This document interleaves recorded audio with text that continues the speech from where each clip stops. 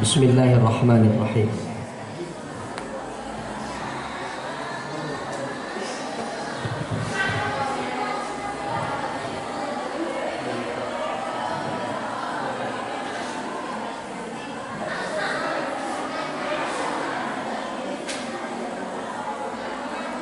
Masih tentang hukum menggunakan apa? Sutra. Di mana ini adalah bagian sebetulnya pembahasan tentang sunnah Jum'ah, ya. Sunnah Jum'ah atau sunnah limuridil Jum'ah.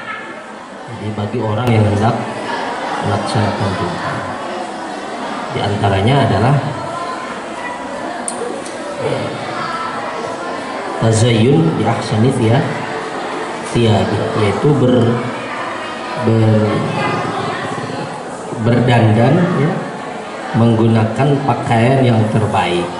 Sedangkan kriteria pada pakaian terbaik menurut sunnah yang utama adalah al-abyad, yaitu putih, pakaian yang berwarna putih untuk kriteria warna.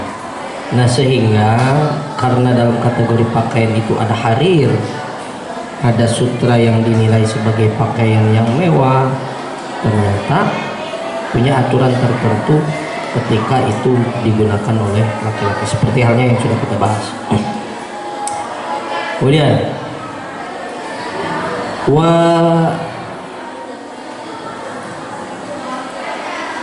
wa yajibu lirajulin lubsu haitsu lam yajid satrul aurah. Kemarin kan sudah beberapa kriteria hukum menggunakan pakaian sutra, ya, haram, kemudian bisa jadi boleh sekiranya pakaian yang terbuat dari bahan non sutranya itu lebih banyak.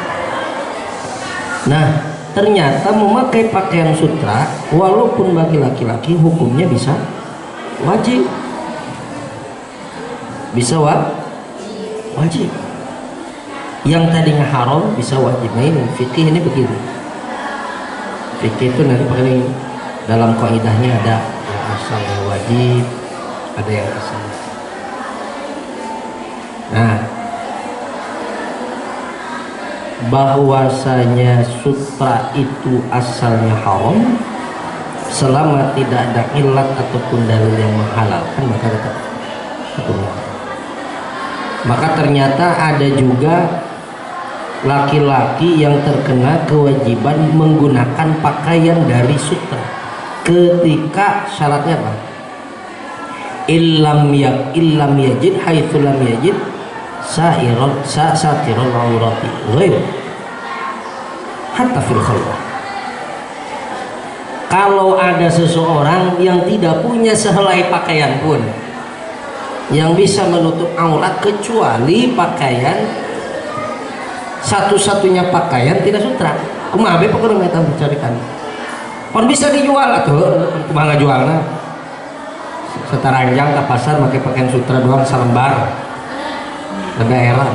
Pokoknya dalam kondisi seperti itu ada min ashabin nabi, ada sampai kalau sholat itu gantian dengan istrinya, karena kalau suaminya pakai pakaian maka istrinya nampak auratnya, kalau istrinya pakai pakaian suaminya yang nampak auratnya, saking susahnya batul maki itu dah gitu. Nah, ada, jadi kalau ada seseorang yang dia tidak punya atau tidak menemukan pakaian untuk menutup auratnya selain daripada sutra, aya loba tapi barolong misalnya, atau narajis, sisa ada satu sutra datang waktu sholat, ya, kamu datang waktu sholat, lihat waktu sholatnya wajib ditutup, maka hukumnya wajib. Asalnya sebetulnya wajib menutup aurat itu, karena sesuatu yang menghantarkan kewajiban untuk karena menutup aurat itu tidak bisa kecuali dengan pakaian. Menutup aurat wajib, ditutup ku pakaian, maka pakaian yang menutup aurat hukumnya wajib. Jadi panggilan pakaian kecuali lumsul harir, pakaian yang terbuat dari sutra, maka menjadi wajib hukumnya menggunakan pakaian tersebut. Sanajan sampai misalnya ke tempat yang hatta fil khalwah, ke tempat anu nyumput. Sanajan mana di tempat nu nyumput, sholat tetap kudu teu katutupan aurat. Aurat teh ti luhur ti gigir ti tengah. Ti handapan teu. Kecuali lantaina dijieun tina cermin. Mang Aji teu make sempak, make samping. Sholat di luhur keramik sah. Jadi handap mah lain aurat ditinggali di handap. Kecuali maneh sholat tina kaca terus air ditempo di handap aurat. Maksudnya tidak termasuk daripada syarat sahna sholat satrul aurat belahannya. Atau maneh sholat di luhureun cermin bisa makruh bisa batal sebab dina nalika ruku naon eta katingali kaca itu tidak. Tapi secara normal dalam kondisi normal bahwasanya kanan kiri depan belakang atas itu karena kudu katutupan itu khusus ikhwan. Nah seperti halnya ini asalnya haram bisa jadi wajib disebabkan teu boga pakaian deui. Teu manggih pakaian kecuali pakaian anu di hiji-hijina pakaian anu tina sutra maka hukumna wajib. Tapi kak itu fikih. Lamun maneh make pakaian ulah satar aja. Jaga mulut, jaga aurat itu kawirang sesuatu yang secara adat juga bahkan sebetulnya dinilai memalukan ketika dilihat nampak. Nah ini kadang-kadang Allah menyebut rasa kaera dina katempona aurat ku sebab kebiasaan. Ku sebab kebiasaan. Namun di Bali di pinggir pantai di kolam renang jelema geus biasa satara ranjang pasti teh era deui. Kadang-kadang ada dema era teu make kaos deh. Ya. Tapi lamun saeutik kadang-kadang nempos antriawan waroi. Ya make baju katempo bujal, make celana pendek leuleumpahan di kupong. Aurat eta. Kudu rada ditandang gitu. Geus cabut rasa kaeran persis kos monyet make celana doang. Gara deh dijaga. Atau orang-orang mohon maaf yang di pinggir kali misalnya orang buang air besar kan merosotkeun celana ge ka tempo bujur asana era tahu bujur ada di mana teu ganteng itu kosi alde sana aldena alde bangaran alde baran om gua alde baran dan siapa itu Andin kurang soleha Andin tidak berhijab soalnya.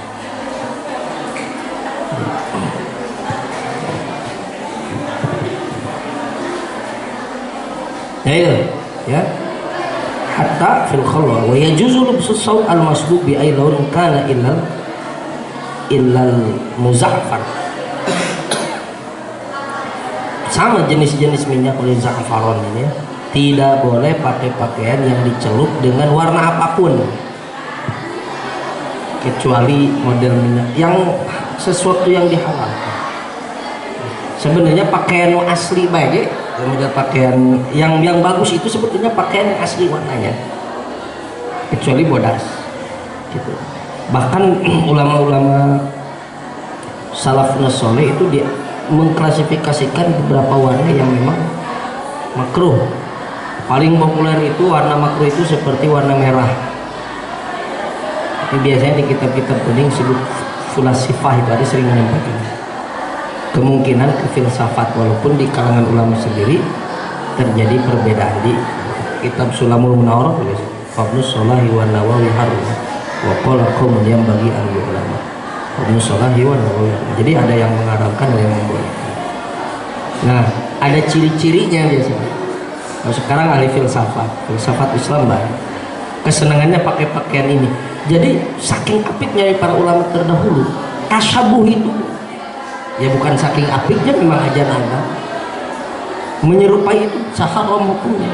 Maka dulu ya di kalangan santri itu, di kalangan kiai sangat apik sekali, hatta masalah meja saja ini.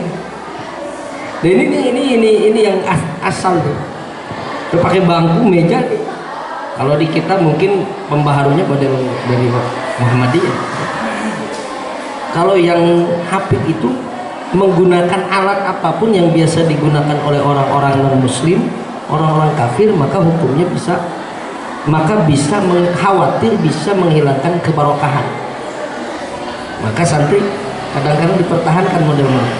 Yang lebih apik lagi ya model dospek, aspek, anti speaker, karena speaker itu biasa digunakan untuk hal-hal yang mengajak kemaksiatan. Speaker salon biasa meureun baheula pakai dangdutan, pakai wayangan yang menurut yang bertentangan ya nilai-nilainya dengan baheula karena model santri-santri tradisional pakai pakaian yang seadanya saja. Haram, sempat dulu ada fatwa haram menggunakan dasi karena tasyabbuh bil kufar. Yang bawa dasi itu kan orang barat penjajah, orang-orang kafir. Sampai demikian pada saat tersebut. Jadi apik sebetulnya, apik waroi ya, menjaga martabat kemuliaan orang-orang Islam. Jadi sebetulnya kita ada sering menyampaikan kita harus jadi fashion center, jadi pusat orang-orang bisa melirik bahwa ini pakaian. Nah, buktinya kamu saja nggak malu pakai peci terbuat dari karung goni. Itu kan sesuatu yang dinilai paling murah. Karung goni itu wadah nama dipakai di nasirah, tapi sekarang jadi fashion. Gitu. Jadi bukan kumaurangan bisa ngangkat karena martabat Islam. Nah, alhamdulillah terlepas dari para artis itu pakai pakaian, tapi mensiarkan sebagian kecil daripada model cara berpakaian itu paling tidak terbuka sebarang ratus. Namanya jelema geus era dia pakai tiung ya. Kalau dulu zaman sekolah, dulu ada di sekolah-sekolah umum itu jarang yang pakai jilbab. Zaman ADD SMA. Ya. Itu bahkan sekolah-sekolah negeri itu perempuannya rata-rata roknya di atas lutut. Resep tuh. Resep demi Allah. Emangnya resep. Itu normal. Rata-rata roknya di atas lutut. Jarang yang pakai hijab itu. Baru bergeliat dengan madrasah-madrasah aliyah ya. Sekarang kita agak kesulitan, justru alhamdulillah binikmati tatimmus sholihat melihat pelajar-pelajar yang tidak memakai hijab. Kadang-kadang di rumah nggak pakai jilbab juga datang ke sekolah pakai jilbab. Sudah pergerakan syiar kaum muslimin. Makanya kamu ini dulu lihat perempuan pakai cadar kan, ninja. Sekarang biasa. Di media sosial juga kayak gitu. Kadang-kadang main TikTok pakai jilbab men. Itu juga ironis juga ya. Jadi kalau istiqomah ininya ya istiqomah juga yang lainnya. Jadi harus syamil, harus menyeluruh. Jadi bukan tidak boleh seperti bagus mana perempuan pakai jilbab tapi tidak soleha dengan perempuan yang tak pakai jilbab tapi soleha. Dua-duanya itu soleha. Mustahil perempuan soleha itu benar solihah dalam makna yang sebenarnya ya. Solihah itu benar artinya. Solih itu benar. Nggak pakai jilbab itu baik, dia betul baik tapi belum tentu benar. Dan monyet di ayat badirnya apa rek sebut monyet soleh.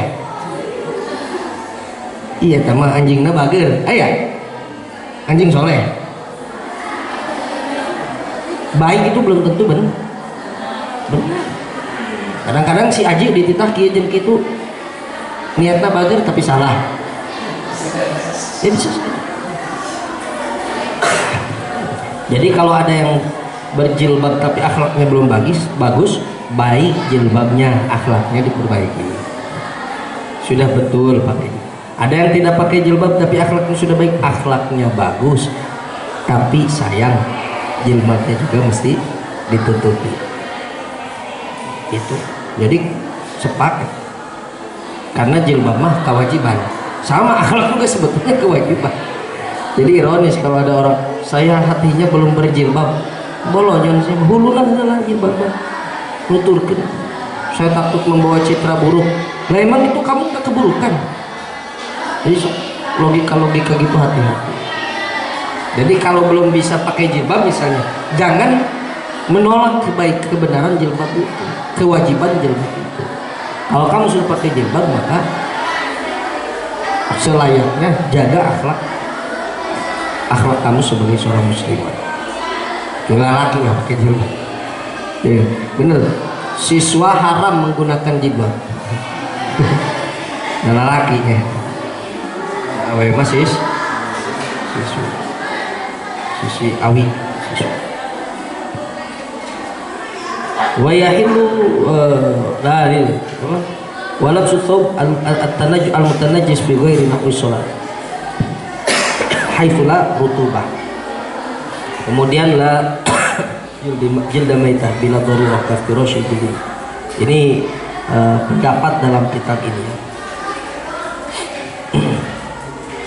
Jadi model pakaian-pakaian yang dia mutanajis atau pakaian-pakaian yang bercampur dengan sesuatu yang najis sebetulnya boleh saja dipakai selama bukan dipakai sholat. Kalau pakai sholat maka sholatnya tidak sah karena ada katapelan ku perkara ku pakaian yang tidak yang najis ya, atau yang mutanajis yang tercampur dengan yang najis. Nah, kecuali tidak selama dia pakaiannya tidak basah, seperti pakai sendal nih. Pakai sendalnya karena teh kotor, sendalnya dipakai tetap deh. Sendal nginjak teh kotor, tetap gak sendal dipakai? Tetap. Jalan gitu. Dia boleh hukumnya. Tapi kumbang kan. Gitu.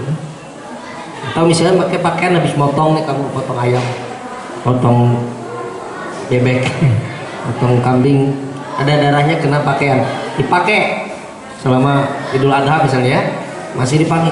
Asal sholat ganti, beres sholat pakai lagi, kan ada najisnya tuh ya, maka hukumnya boleh selama tidak dipakai untuk sholat. Atau boleh juga it'amu maitah linahwi tayr lakafin, memberi makan pakai makanan dengan bangkai itu kan najis hukumnya. Tapi seumpama burung dibere cak-cak manuk, arwana dibere naon, bangkai naon, bangkai cak-cak sama ya, dibere cak-cak, arwana pakai cak-cak. Gak ada makanan-makanan ya. Kemudian mana yang kuat begadang naon obatnya, ngedahar pelet ikan kuat begadang. Nah, ikan pernah lihat ya ada ikan tidur? Belum pernah. Kenapa? Makan pelet. Kalau matanya pengen sehat, itu herbal yang paling bagus apa? Rumput. Kamu konsumsi aja, sehat. Pernah nggak lihat kambing pakai kacamata? Ada lagi penemuan terbaru, obat setruk. Pisang itu obat setruk. Pisang kamu konsumsi. Emang pernah lihat nyet setruk?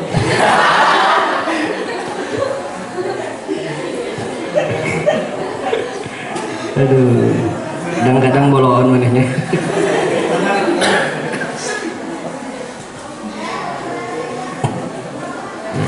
Wortel, kalau di wortel jelas obat mata ya. Kelinci juga nggak pernah kita lihat pakai kacamata. Sehat dan wortel baik.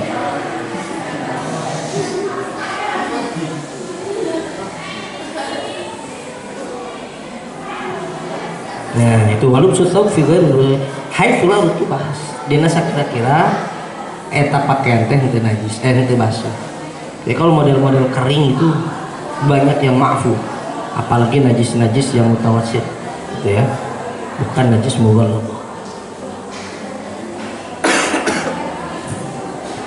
Tapi lah kafir ulah jelema kafir mah tetap dilarang. Begadah maneh tukang dagang ah tempo Cina ieu nu meuli bere bangke ke maneh ulah. Tetap hak adami dia punya memuliakan. Tapi kadang-kadang memang ya jelema kafir sorang anu teu ngarti karena bangke jeung heuteut. Itu kan walaupun hati-hati, walaupun binatangnya itu binatang yang halal tapi cara sembelihannya tidak halal maka menjadi haram. Jadi maitah sifat. Misalnya ayam. Kamu beli ayam. Beli fried chicken, ayamnya tidak disembelih secara syar'i. Padahal dipotong langsung hulu, nah itu tidak, atau disuntik mati, atau dibabetkeun, atau ditojos boolna, langsung paeh. Ya, seperti anjing-anjing itu di pasar Tomohan itu ya di mana Manado ya, itu kan ada daging anjing, daging kucing. Itu anjing dikeluarin digebuk, maju di panasin lu, dalam keadaan kondisi setengah mati setengah hidup. Digebuk huluna pak pak pak langsung dicus pakai api itu supaya kering habis bulu-bulu. Ya Allah, sanajan anjing ya pertemuan gitu ya. Nah kamu misalnya beli ayam begitu, makanya kalau menjaga kalau waro itu nggak berani bisa kita beli ayam yang tidak jelas diproduksi. Ada yang baru tahu itu paling di Lotus saja. Ini bukan iklan ya. Bukan iklan, karena memang ke pabriknya ketemu pemiliknya, lihat prosesnya, itu sebetulnya. Yang lainnya kan belum pernah. Walaupun ayam misalnya cara ininya disuntik mati, misalnya, kemudian mati sendiri itu menjadi maitah, menjadi bangkai, haram hukum menjadi makan. Kajel makapir bae haram kamu kasih haram ya. Ada yang mungkin pernah cerita dulu waktu ke Thailand mau beli semacam mie goreng mie. Ya memang kurang waro juga, tadinya mau ngopi aja, cari warkop lah. Kopinya ada, kopinya kepalang diminum, mie goreng, dia goreng-goreng baru dia selesai tanya kira-kira terjemahnya begini, mau ayam mau babi? Nah ini lamun hayam dia tetap baik maitah bangke. Atau paling tidak kemudian sekiranya halal cara penyembelihannya pun dia tempat-tempatnya ngehiji jeung hayam lah hayam karena dibungkus gitu, cuman lupa deh waktu itu dibuang apa dikasih. Sekiranya kita mengasih pun itu tidak boleh, karena tadi itu it'amul maitah li kafir, beri bangke sebagai makanan orang kafir. Bere wae halal bawa buku perkara barang kadaharan teh jadi wasilah datangnya hidayah Allah. Makanya kamu harus selektif ya. Kalau perilaku masih suka bohong, masih nggak benar, itu diantara yang diceknya itu adalah makanan yang masuk ke dalam kamu menjadi darah, jadi daging, menjadi perilaku, itu halal atau haram. Jadi penting kan.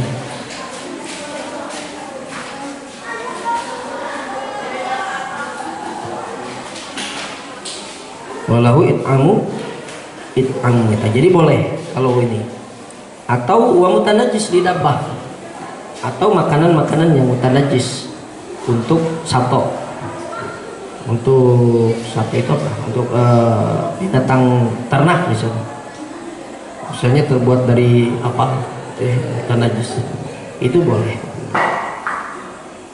Untuk binatang-binatang intinya boleh, apalagi memang misalnya itu makanannya ya seperti ini saja. Buaya itu kasih makannya kan daging ayam ya, bangke misalnya, atau bangke apa gitu misalnya.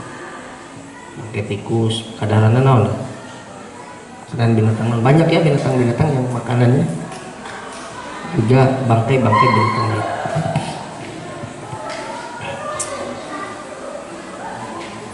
Wa yahillu ma'al karaha istimalul aji fil ra'si wal lihyah. Dilarang, makruh ya. Makruh itu menggunakan gading dina sirah, pakai tanduk tuh, pokok sking teh. Atau dina jenggot, dina taring. Lala gak anah pokoknya mah, makruh. Dina naonan bola. Dina sakira-kira teu basuh. Jadi kalau yang kering-kering itu begitu. Seperti kamu ketapelan keragagan lagi sholat saja ini, misalnya keragagan non tai cak-cak garing sih, ada tai cak-cak garing, cukup aja kamu gitu centang saja. Kalau dicentang nempel basuh berarti. Maka batal sholatnya. Kamu cuci lagi. Tapi kalau kering ini, tapi tai kebo dicentang ulang. Gede teh. Misalnya kan suka tuh tidak apik tuh, makanya awas. Itu memang Jumat pengaden ngabenerkeun speaker ulah pas arek adzan. Eta norak ngaranna, ti isuk bereskeun. Bersihkeun. Kadang-kadang masih sampah udah mau Jumat aja masjid masih kotor. Gimana nih syatrul imannya nih kamu? Tuhur syatrul imannya di mana ya? Kadang-kadang di masjid-masjid yang tidak apik itu suka banyak kan tai cak-cak itu ya, itu kering itu tinggal diusir saja, tempatnya juga tidak najis karena gak. Tapi kalau basah kamu buang, kamu elap, siram malah masuk karena kategori mutawassit. Tapi kebanyakan yang kecil-kecil itu maafu, seperti binatang-binatang yang tidak mengalir darahnya, maksudnya mah cret biasa gitu doang, seperti laler. Nah ini kecuali laler rasa gede kebo ya, ya bisa saja. Seperti halnya tai lauk bungkreng halal haram. Tai lauk tai ikan bungkreng itu ikan kecil. Hah? Kotoran ikan bungkreng itu halal. Hafizo seneng tai. Halal haram. Kenapa halal? Sebab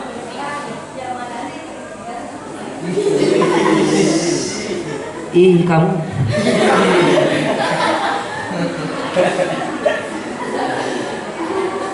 coba kalau ikan bungkrengnya segede bus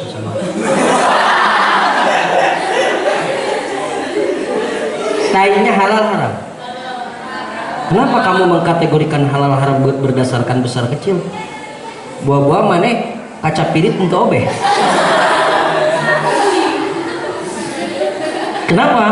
Karena kecil sedikit maka hukumnya suci. Nah, Basul Masail PR dari adik ya, kotoran ikan itu halal apa haram? Di Basul Masail kamu bahas nanti. Jadi bagaimana kalau ada ikan bungkreng sebesar bis kotorannya, masa apakah tetap halal? Bagi yang menjawab halal. Kalau bagi yang menjawab haram, bagaimana cara memisahkan kotoran itu dari ikan? Sedangkan ikannya kecil, apalagi kotoran susah. Tapi fikih itu mesti, karena tidak mustahil, karena akan berpengaruh kepada ikan-ikan besar. Jangankan ikan bungkreng, tai lauk paus gitu ya, jadi dibahas tuh. Yang perempuan yang menghalalkan, yang laki-laki yang mengharamkan ya, atau menajis, haram najis. Kalau perempuan nanti satu waktu disiapkan di minggu depan lah disiapkan.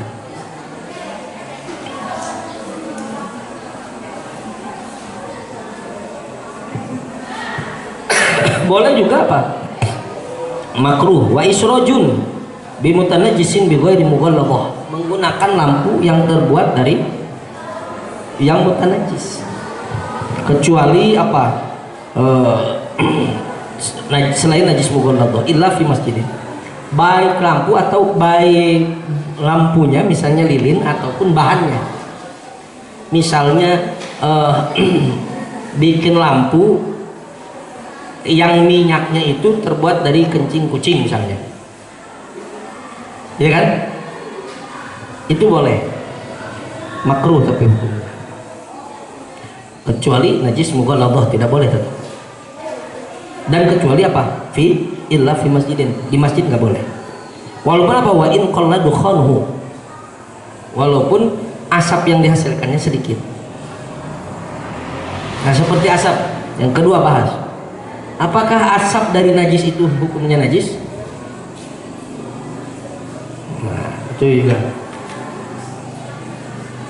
Misalnya kamu ngebakar tai kucing,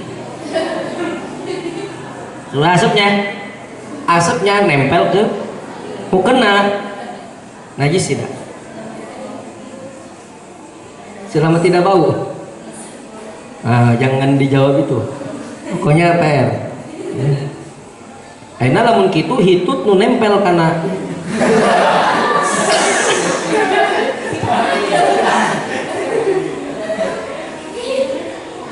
depan hitut keluar dina kubur, dina dubur. Sedangkan sesuatu yang keluar dari dubur bisa najis hukumnya, bisa ngebatalkan sholat jelas. Udah dikumbah kabeh. Dina hitut kan bentuknya dat deh. Tetep dat. Kadenge kan karasa tapi teka teng. Bukur teka panca indra. Tapi bukti aya. Awas mengaji mah lamun geulis teu najis cenah. Lamun kaluar tinu geulis teu najis cenah. Kaluar tinu jore najis cenah. Sarua wae mengaji bau-bau keneh. Parawan dunia mah. Kecuali bidadari. Ada juga tapi khilaf ya, ada juga ikhtilaf sebagian ulama. Wa tasmidu ardin binajisin, juga memberi pupuk dengan sesuatu yang najis. Boleh. La itina'u qalbin illa li saydin aw hifdzi malin. Nah, tidak boleh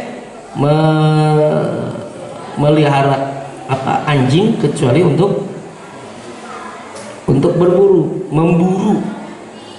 Kalau dulu dan itu mata pencahariannya lisaid atau auhid dimalin, penjaga, anjing penjaga boleh ya, di hari imah ngejaga doang, kadang-kadang di talian nggak sih, tetap saja hati-hati dengan najis. Oh, ada hadis misalnya kalimat redaksinya kurang lebih la tadkhulul malaikah baitan fihil qalb awi surah, misalnya tidak masuk malaikat rahmat yang ada anjing ke satu rumah yang ada anjing dan rumahnya. Ini satu anjingnya anjing peliharaan, anjing arah suka imah dea. Yang kedua ada juga memang yang bahwa ini hanya bahasa kinayah saja, tidak masuk malaikat rahmat ke dalam rumah yang penghuninya hatinya dipenuhi oleh gambar-gambar dunia, surah, rupa, dan perilaku penghuni rumahnya seperti anjing. Ada yang seperti itu. Maka sebagian mazhab ulama ada yang membolehkan atau tidak najiskan anjing, tapi jangan kita pakai. Tapi kalau misalnya sebagai anjing penjaga pesantren bukan anjing diharap, jangan jadi polemik. Memang harus ikhtiar, harus hati-hati. Atau berburu juk ngegel cugur bagian digigena kumpah baik, seperti halnya mencuci najis mughalladhah.